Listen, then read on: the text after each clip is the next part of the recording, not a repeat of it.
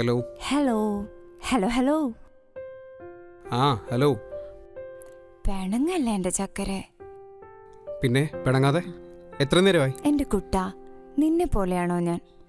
എന്തൊക്കെ ശ്രദ്ധിക്കണം, ആരെയൊക്കെ ശ്രദ്ധിക്കണം. അത് മാത്രമല്ല, ഇന്ന് മുഴുവൻ ഗസ്റ്റായിരുന്നു.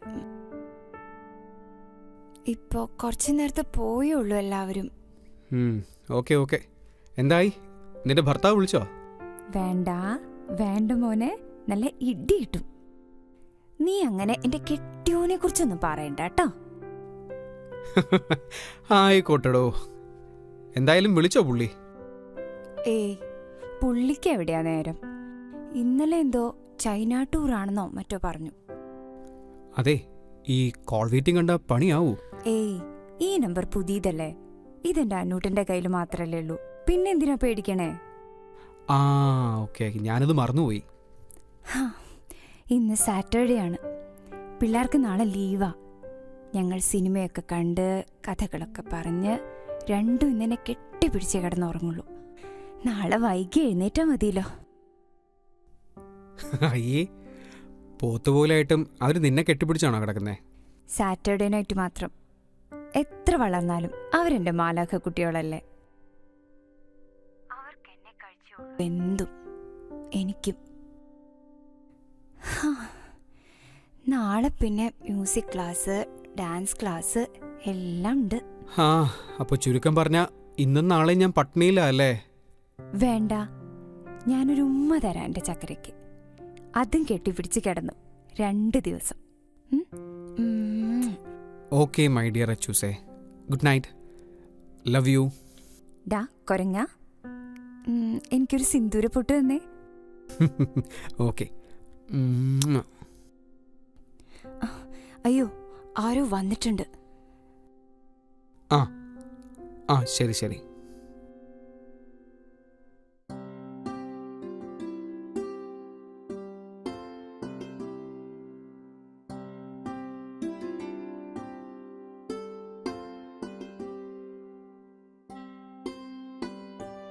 ദൈവം നമുക്ക് തന്ന വലിയ അനുഗ്രഹമാണ് ഈ മാലാകുട്ടികൾ.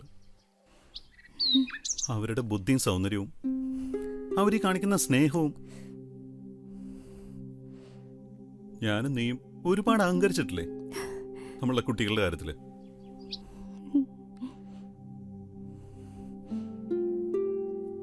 നിനക്ക് എങ്ങനെയൊക്കെ മാറാൻ കഴിഞ്ഞു? അവരുടെ മുഖം ഓർത്തിട്ടും എന്നെ ഓർത്തിട്ടും.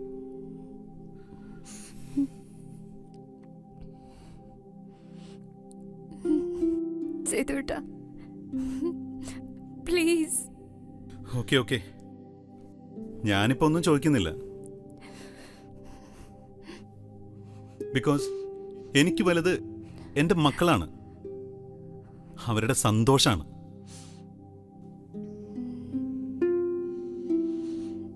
അവരിതൊന്നും അറിയാൻ പാടില്ല, സങ്കടപ്പെടാനും പാടില്ല.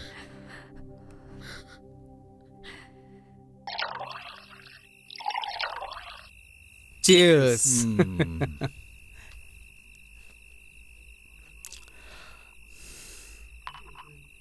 എടാ, നല്ല സുന്ദരിയായ ചേച്ചി എങ്ങനെയാണ് നിന്റെ വല വീണ്?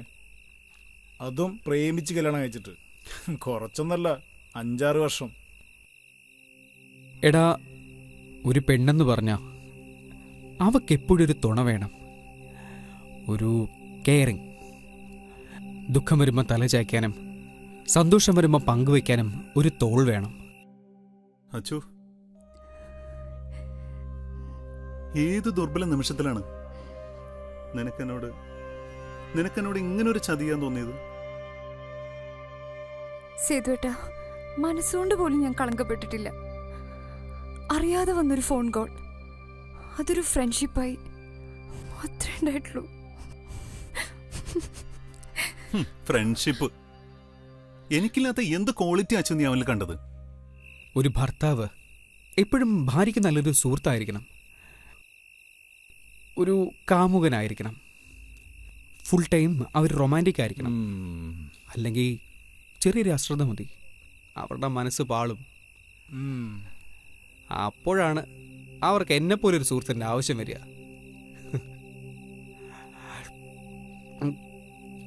ആദ്യം സുഹൃത്താവും, പിന്നെ കാമുകനാവും, വേണമെങ്കിൽ വേറെ പലതും ആവും. ജീവിതം രണ്ടറ്റം കൂട്ടിമുട്ടിക്കാൻ ഒരു പ്രവാസി അനുഭവിക്കുന്ന കഷ്ടപ്പാട് എന്താണെന്നുള്ളത് നിനക്ക് വല്ലതും അറിയോ? ഒരു രാത്രി വെളുപ്പിക്കാൻ വേണ്ടി കഷ്ടപ്പെടുന്ന ഒരു പ്രവാസിയുടെ മനസ്സെന്താന്ന് നിനക്കറിയോ? നിനക്കെന്നല്ല, ഒരു പെണ്ണിനും അറിയില്ല.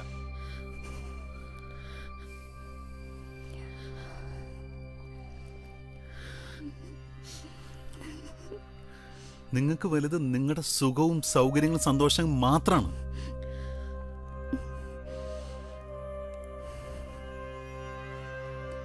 ഓക്കെ, വളരെ വൈകിയാണെങ്കിലും ഇപ്പൊ ഞാനത് മനസ്സിലാക്കുന്നു. ഈ കുട്ടികളൊക്കെ ഇട്ട് ഒളിച്ചോടിപ്പോകുന്ന അവളന്മാരെപ്പോലുള്ളവരെ വെടിവെച്ച് കൊല്ലണം. അതുപോലെ തന്നെ ഇവനെയും വെടിവെച്ച് കൊല്ലണം. നീ ഒന്നും മിണ്ടായിരിയടാ. അനൂപേ, നീ പറയടാ. നിങ്ങൾക്കറിയാമോ നമ്മൾ ഇഷ്ടപ്പെടുന്ന സ്ത്രീക്ക് സ്നേഹത്തിന്റെ ചുംബനം എവിടെയാ കൊടുക്കേണ്ടതെന്ന്? അത് നമ്മുടെ ലാലേട്ടൻ ആ സിനിമയിൽ പറയുന്നില്ലേ, ആ ചുംബനം ചുണ്ടിലല്ലേ. അതിലകലേട്ടൻ പറഞ്ഞത് ശരിയാ. പക്ഷേ ചുണ്ടിലല്ലാതെ പിന്നെ എവിടെ ചുംബിച്ചാലാടാ ഇത്ര മധുരം കിട്ടുക?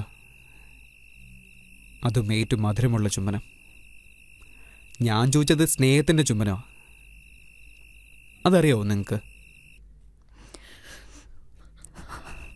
കെട്ടിപ്പിടിച്ച് നെഞ്ചോട് ചേർത്ത് അവരുടെ സിന്ദൂര പൊട്ടിൻ്റെ സ്ഥാനത്ത് ചൂടുള്ളൊരു ചുംബനം. അതാണ് ഈ ലോകത്തിലെ ഏറ്റവും ആഴമുള്ള സ്നേഹമുള്ള ചുംബനം. അതവർക്കൊരു ശക്തിയാ. എന്നും നമ്മൾ കൂടെ ഉണ്ടാവും എന്നുള്ളൊരു തോന്നൽ. പിന്നെ അവർ നമുക്ക് എന്തും തരും,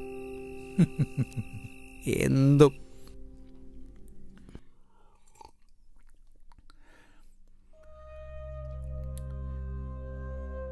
നീ പറയുന്ന എന്തും ഞാൻ വിശ്വസിക്കാം. എനിക്ക് വലുത് നിങ്ങളാണ്, നമ്മുടെ കുടുംബമാണ്. നിങ്ങളല്ലാതെ എനിക്ക് വേറെ ലോകം പോലുമില്ല. അതുകൊണ്ട് മാത്രം ഞാൻ ക്ഷമിക്കാം, ജീവിക്കാം. പക്ഷേ അവനെ എനിക്കൊന്ന് കാണണം.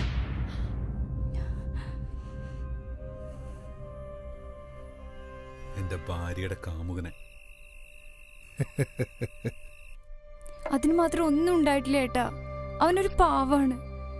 അവനെ ഉപദ്രവിക്കരുത് പ്ലീസ്. പാവം. ആരെയും പേടിക്കാനില്ലാതെ ഒരു അടച്ചിട്ട മുറിയില് ഒരു ആണും പെണ്ണും കുറച്ചു നേരം ചെലവഴിച്ചാൽ തീരാവുന്നേ ഉള്ളൂ. നീ പറഞ്ഞ സ്നേഹവും സൗഹൃദവും. സേതുട്ടാ പ്ലീസ്, ഞാൻ കാല് പിടിക്കാം. നീ എന്റെ കാലൊന്നും പിടിക്കണ്ട. നീ ഒന്ന് വിളിക്ക് നിന്റെ കാമുകനെ, എന്നിട്ടൊന്ന് സ്പീക്കർ ഫോണിലിട്. എനിക്ക് അവനെ ഒന്ന് മീറ്റ് ചെയ്തേ പറ്റൂ. സേതുട്ടാ, നീ പേടിക്കൊന്നും വേണ്ട. ഞാൻ അവനെ ഉപദ്രവിക്കാനൊന്നുമല്ല. ചുമ്മാ ചുമ്മാ ഒന്ന് കാണാം.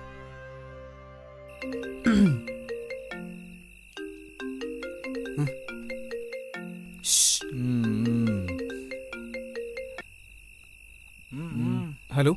ആ അനു, ആ അച്ചു പറഞ്ഞോ. ഞാനൊരു നമ്പർ തരാം.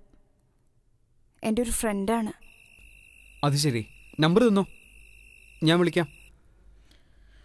പുള്ളിക്ക് എന്തോ ബിസിനസ് തുടങ്ങാനാണ്. നിന്റെ കുറച്ച് അഡ്വൈസ് വേണം. ആ ഓക്കെ. നാളെ നിന്നെ ഒന്ന് മീറ്റ് ചെയ്യാൻ വേണ്ടിയാ. സ്ഥലവും സമയമൊക്കെ വിളിച്ചാൽ പറഞ്ഞു തരും. നമ്പർ ഞാൻ SMS അയക്കാം. Okay? Okay, thank you. Okay, bye, good night. Good night Achu.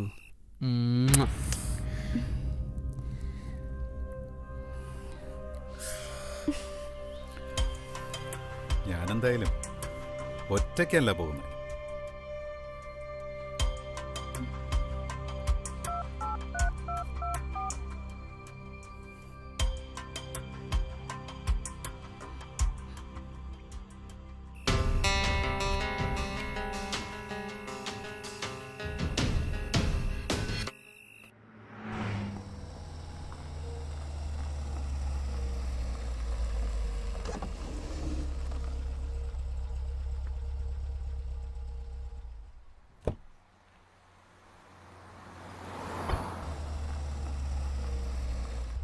Business ഒക്കെ എങ്ങനെ പോകുന്നതിനു? ആ ആ കുഴപ്പമൊന്നുമില്ലാതെ പോകുന്നു സാർ.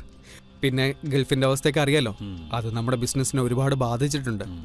പിന്നെ ദൈവാനുഗ്രഹം ഉള്ളതുകൊണ്ട് കുഴപ്പമില്ലാതെ നമ്മളിങ്ങനെ തട്ടിയും മുട്ടിയൊക്കെ അങ്ങനെ പോകുന്നു.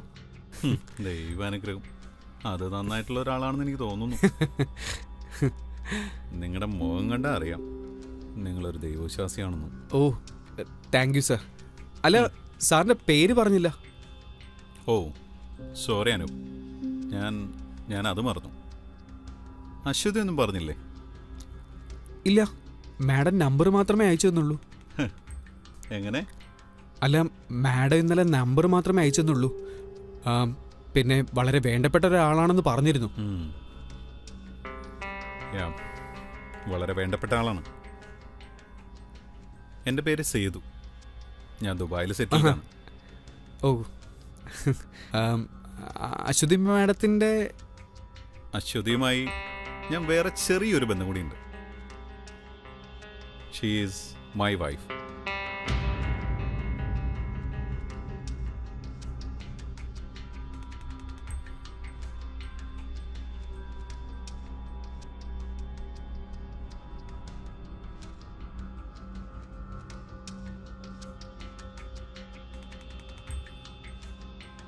അനീഷേ, സാറേ, നമ്മുടെ പിള്ളേരൊന്നുണ്ട് കേറിക്കോട്ടെ.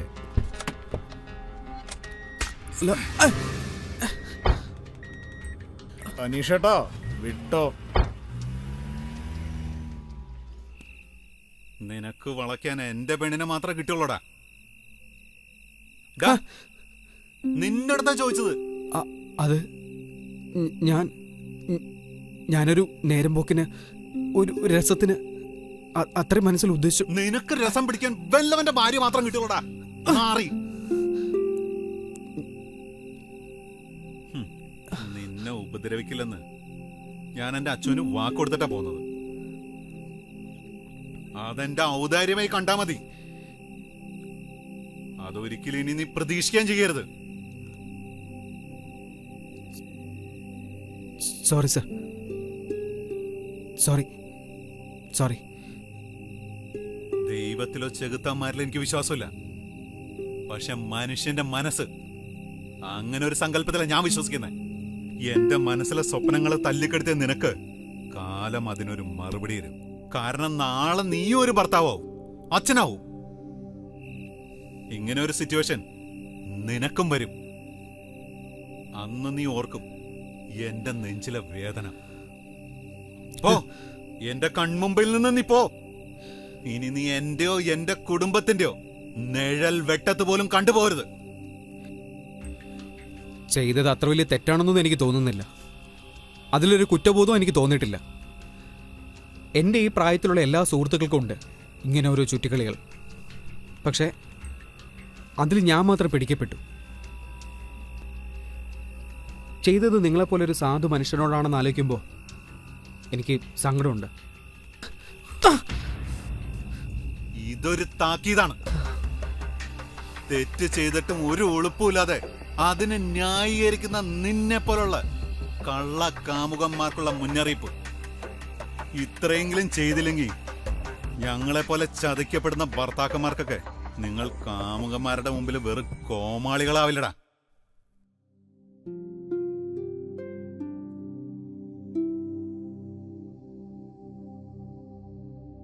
സേതുട്ടാ,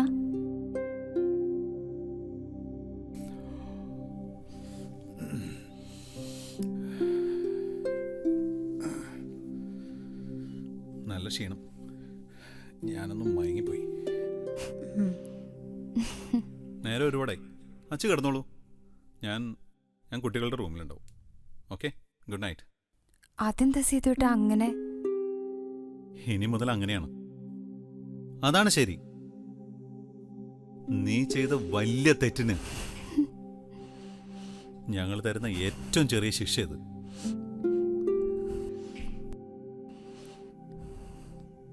അച്ഛൻ പറഞ്ഞതാണ് ശരി. അമ്മേനെയും അങ്കിളിനെയും അച്ഛനൊന്നും ചെയ്തില്ലല്ലോ. നീ നിന്റെ കാമുവിന് വേണ്ടി എത്രത്തോളം ചെറുതായോ അപ്പൊ നീ അറിഞ്ഞില്ല നമ്മുടെ മക്കൾ എത്രത്തോളം വളർന്നു.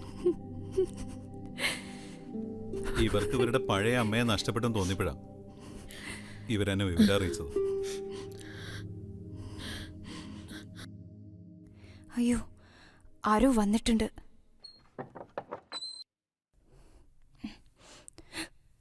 ഹായ് മക്കളെ. മക്കളെ അച്ചു, താനെന്താ സ്റ്റക്കായിട്ട് നിൽക്കുന്നേ? ഞാൻ പറയാതെ ഒന്നുകൊണ്ടാണോ? ഞാൻ വരുന്ന വിവരം എൻ്റെ മക്കളെ വിളിച്ച് അറിയിച്ചിരുന്നു.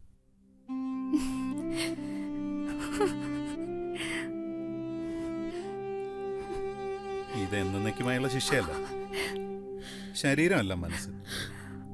മനസ്സ് ശുദ്ധീകരിച്ച് നിനക്ക് എപ്പോ വേണമെങ്കിലും ആ പഴയ അച്ചുവായി ഞങ്ങളുടെ ഇടയിലേക്ക് തിരിച്ചു വരാം. വാ.